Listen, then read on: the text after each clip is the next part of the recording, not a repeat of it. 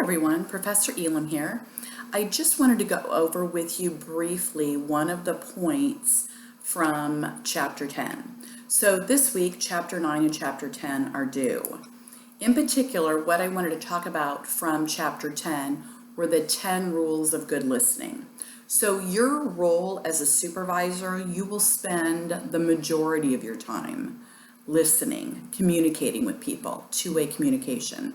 So 10 rules for good listening one of them is to remove distractions and give someone your full attention, which means when someone is speaking to you, have the courtesy and respect to look them in the eyes. Don't be on your phone, don't look at your phone, don't look away, but make good eye contact and give someone your full attention.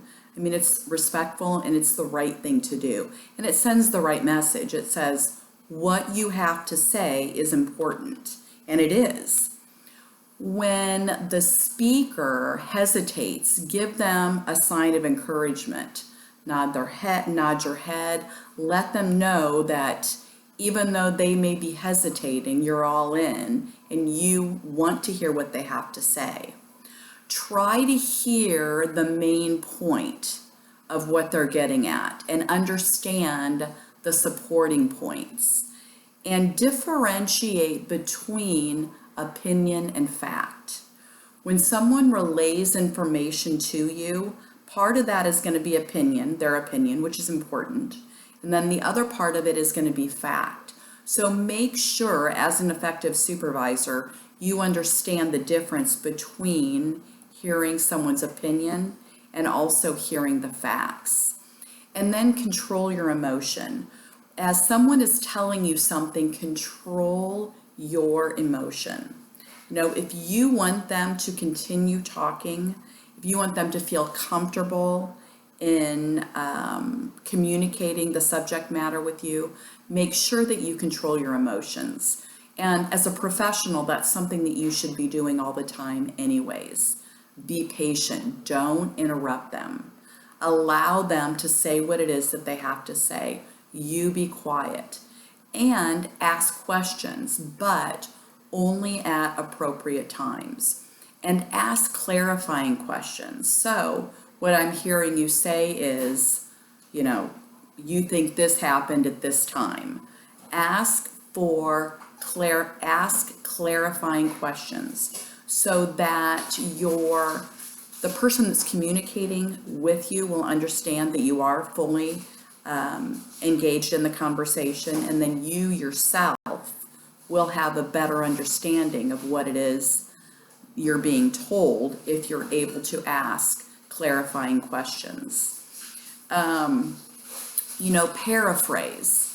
Relate to the speaker, the person that is communicating to you by paraphrasing, what it is you heard them say so that you have a better understanding.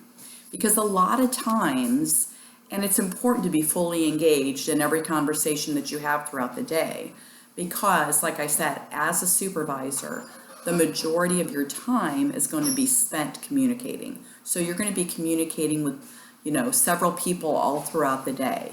And you yourself will probably feel like you're on information overload. So it is important that when you communicate with your employees, you give your employees only the information that is useful to them. So yourself, because you have so much information coming in, that you don't want to overload your employees with a lot of information. We can only hold so much information in our brain. So give your employees only the information that is useful to them. And then ensure that employees are paying attention to the information that they are being given. So ask for feedback. So what are your thoughts on that, Brian? Ask for feedback to make sure that they fully understood the expectation as well. Ask open-ended questions because, again, your employees will have a lot on their mind as well.